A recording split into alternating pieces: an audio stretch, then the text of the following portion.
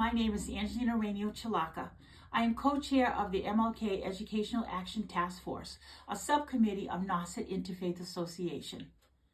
Our goal is to create safe, kind, and equitable educational communities by offering collaborative solutions to our school districts and to provide our BIPOC residents of Cape Cod with social and professional support with a particular focus on BIPOC educators and students. We offer the following: an educators mentoring network. We match newly hired educators of color with current retired educators of color to help them navigate their early career years. We are also hosting our third Cape Cod Educators Conference this summer on July 11th, 2025 at Monomoy Regional High School. It is a free professional conference with a racial justice focus, and teachers can request credit for their PDPs. We also have a student internship program. We are offering high school students an opportunity to work with our MLK Action Team on educational projects focusing on racial and social justice and awareness. For more information about us, please visit the nausetinterfaith.org website to learn all about us and all of our other task force, or you can visit our table in the back of the room. Hi, my name is Leslie Dominguez Santos, and I'm the Human Rights Coordinator for Barnstable County. It's my privilege to work with the volunteers of the Human Rights Advisory Commission to preserve and protect the human rights of everyone who lives, works, plays, learns, and worships across Cape Cod. In 1948, the United Nations and all of its members signed a milestone document, the Universal Declaration of Human Rights, which provided a global roadmap for freedom and equality. The United States took these ideas of fundamental human rights and put them into our civil rights laws. However, we know that these laws are not always upheld. We know that discrimination, harassment, and differential treatment are real. The Barnstable County Human Rights Advisory Commission supports individuals who feel that their rights have been violated. We help people access resources and services to address issues as they arrive.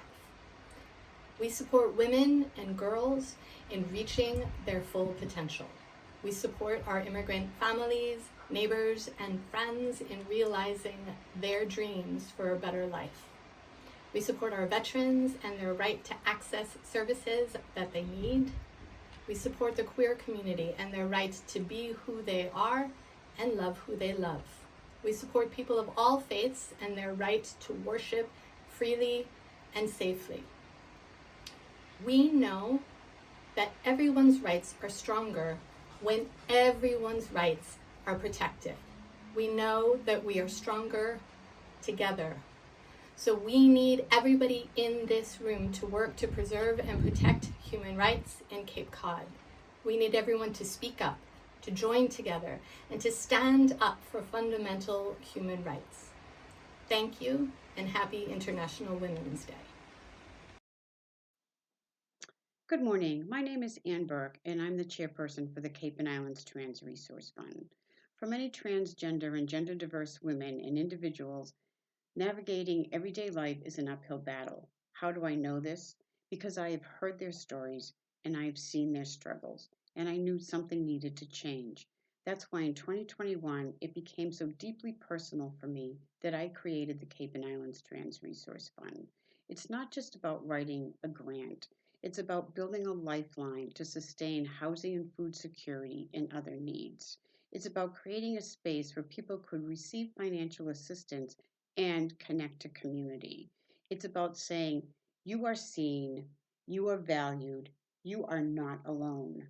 Leadership to me is about empowering others. It's about listening to the whispers of need, turning those into the roars of change. It's about being a resilient woman with a passion to advocate and build a life where trans and gender diverse people on the Cape and Islands can live authentically. It's about people like us that have fire of passion to make changes. If you would like to be part of this change, there's brochures on the tables, and visit our website at capecodtransfund.com and consider making a donation. Thank you. Good morning, everyone. My name is Suzanne Brock, and I'm the Legislative Chairperson for the League of Women Voters of the Cape Cod area. The League of Women Voters is a national organization that operates on the local, state, and national level. We are nonpartisan, meaning that we do not support political candidates or parties. However, as individuals, members are free to support whomever they choose. The League has been in operation since 1920, and its two primary missions are education and advocacy. It is in this area of advocacy that I speak to you today. League members actively work to support or oppose issues on which they have positions. Positions are developed through study, discussion, and consensus of its members. In today's political climate, it is imperative that citizen voices are heard. You may think that your voice doesn't matter, but combined with hundreds of other voices, we can make a difference. League legislative committees followed a number of bills through the last legislative session here in Massachusetts. We wrote and delivered testimony to the State House in an effort to pass various laws. Some of the laws that the League pushed for were the Gun Reform Bill, the Maternal Health Care Bill, the Homes Act, the Access to Counsel for Housing Stability Bill, and the Prevention of Domestic Violence Bill.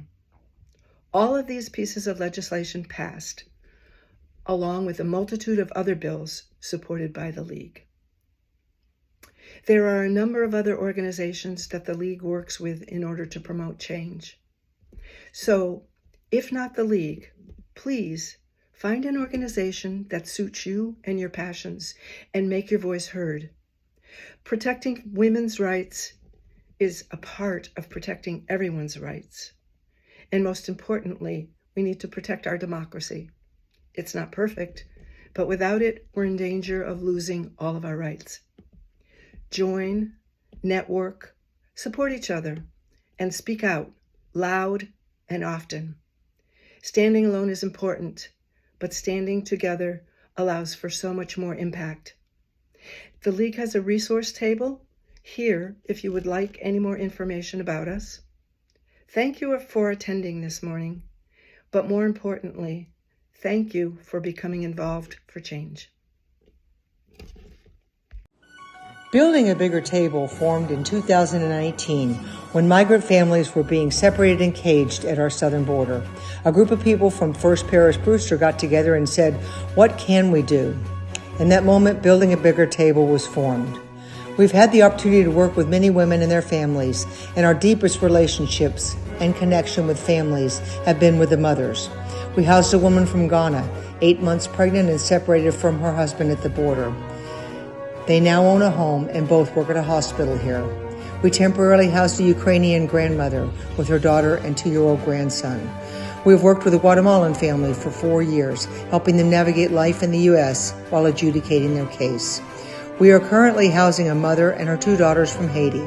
Her husband lost his February 6th appointment at the border when all appointments were canceled, and he remains in Mexico.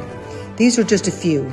We build deep, trusted, lasting relationships. We live closely with the challenges migrants face and have come to know and deeply respect their courage, determination, and strong work ethic.